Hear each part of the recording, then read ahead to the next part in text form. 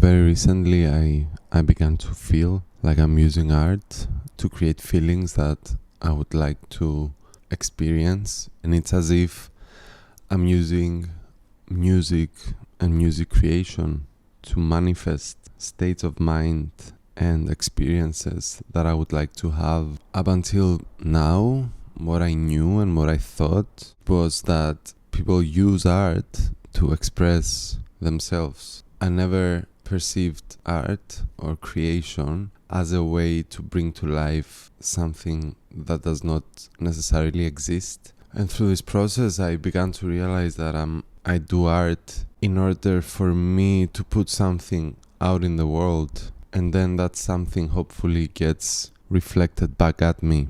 The question that I'm trying to understand is why? Why does an artist, instead of going out in the world and trying to create the environment in which they can experience what it is they're longing in their life, they choose to fall back to music and kind of artificially create that environment? And the answer I could come up with is that it has to do with control. Real life doesn't give you any sort of control. You can go out and try, you can go out and connect, but at the same time, there's no guarantees. You cannot force someone to either love you or accept you or make you feel included. There's so many variables that come into play when it comes to actual human interaction. Whereas when it comes to creation, the rules are completely different.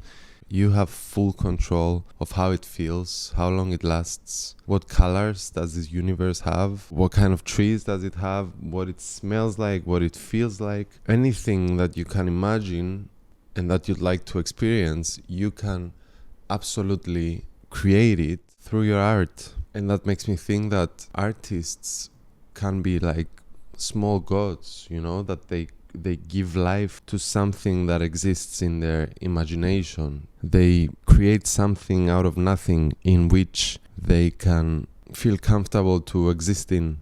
The first time I kind of recognized this pattern in myself was one time that I got rejected by a person, and my first impulse was nothing but to run to my studio late at night and start producing and creating music.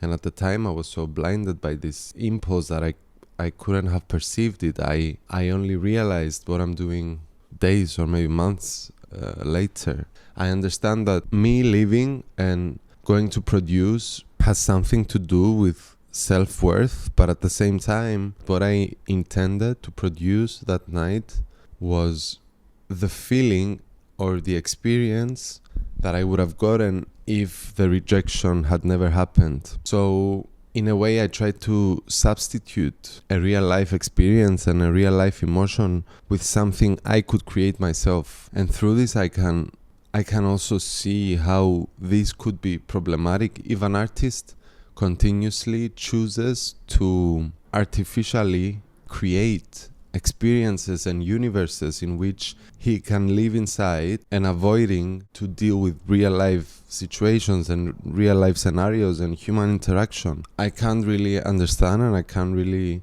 perceive what came first. Did I find it hard to interact with people first and then I got into music, or getting into music showed me an easier way to make myself feel what I wanted to feel? And then there was this other time where I was in my car driving and I felt this sense of loneliness. And again, my impulse was not to reach out, not to call a friend. I did not externalize my need. Instead, what I did was I drove back to my studio and I started working. And then at that time, it was different because I stopped and I tried to analyze what it is that I'm feeling or what it is that is hiding behind my impulse. Because before I realized all this, I could acknowledge this sense to create and I could perceive it as motivation or drive behind my artistry. Whereas it's not as simple, I'm coming to realize. In this gap between lacking something and getting myself to creation mode, there is some level of understanding that I'm missing something, and I willingly chose to not deal with it through human interaction, but I instead isolated myself and tried to recreate that without needing anyone else. And then you spend so much time and devotion in perfecting a piece, and then suddenly you finish it, and then you release a piece of art into the world. And then what happens? From my experience, I hate it. And I feel embarrassed even listening to a song, like a track I've created that's out there, especially when other people are present. I feel a sense of shame. I feel cringe because I know what hides behind that creation. I know my thought process. I know subconsciously what it is that I was missing, that I was lacking on a human level, and that pushed me to create that. Everything, all the emotional courage is captured and put and condensed in a song that anybody can stream or play at any given moment. And that's one way to think about it on why you don't like it anymore. But at the same time, I feel like there's something deeper here as well, because when you release something, at that moment, you can finally perceive it as an outsider, because it's outside of yourself. The creation has left you, and now it's there, and you can understand it detached from it. And then you realize that it was all an illusion, because you never actually felt that emotion yourself. It was the process of making it, and the illusion that by making this perfect, this feeling is gonna become alive. You find out after it's released that you just tricked yourself into thinking that you can bring to life something that has to do with other people and not yourself. Because I think a piece of art is proof that you long something, is proof that you're missing something, and it's hiding, but it's there and you can see it. When someone is observing your art, is automatically observing everything that made you do that piece. And at the same time, when that happens, you also realize that the reality is exactly the same as how you left it. Because in that zone of creation that you entered, in order to achieve that feeling, in order to heal that part of yourself, you might have resolved something inside of you, but the thing that you're missing is still not there, because you spend time in yourself artificially creating that feeling.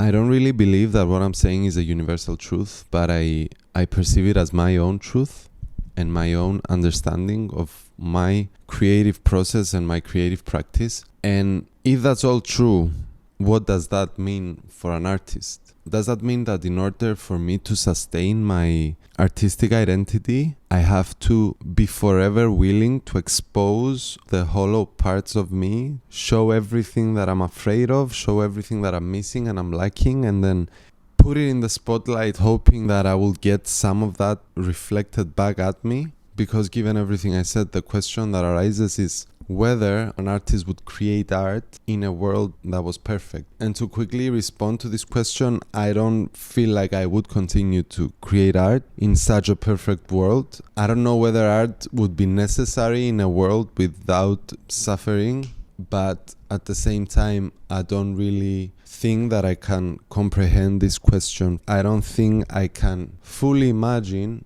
what it is to be a perfect human living in a perfect world. I don't think we can separate our human nature and human experience from our suffering and from our desires. I think that we are the same, that both ends meet at some point, and there's no way to separate them. So I don't think that's the real question here. The real question here is we all realize that there's a gap between where we are and where we want to be. And I think the question that arises is, how are we willing to bridge that gap? Is there really a state where the human being arrives and there's no gap, there's no distance between what is and what could be?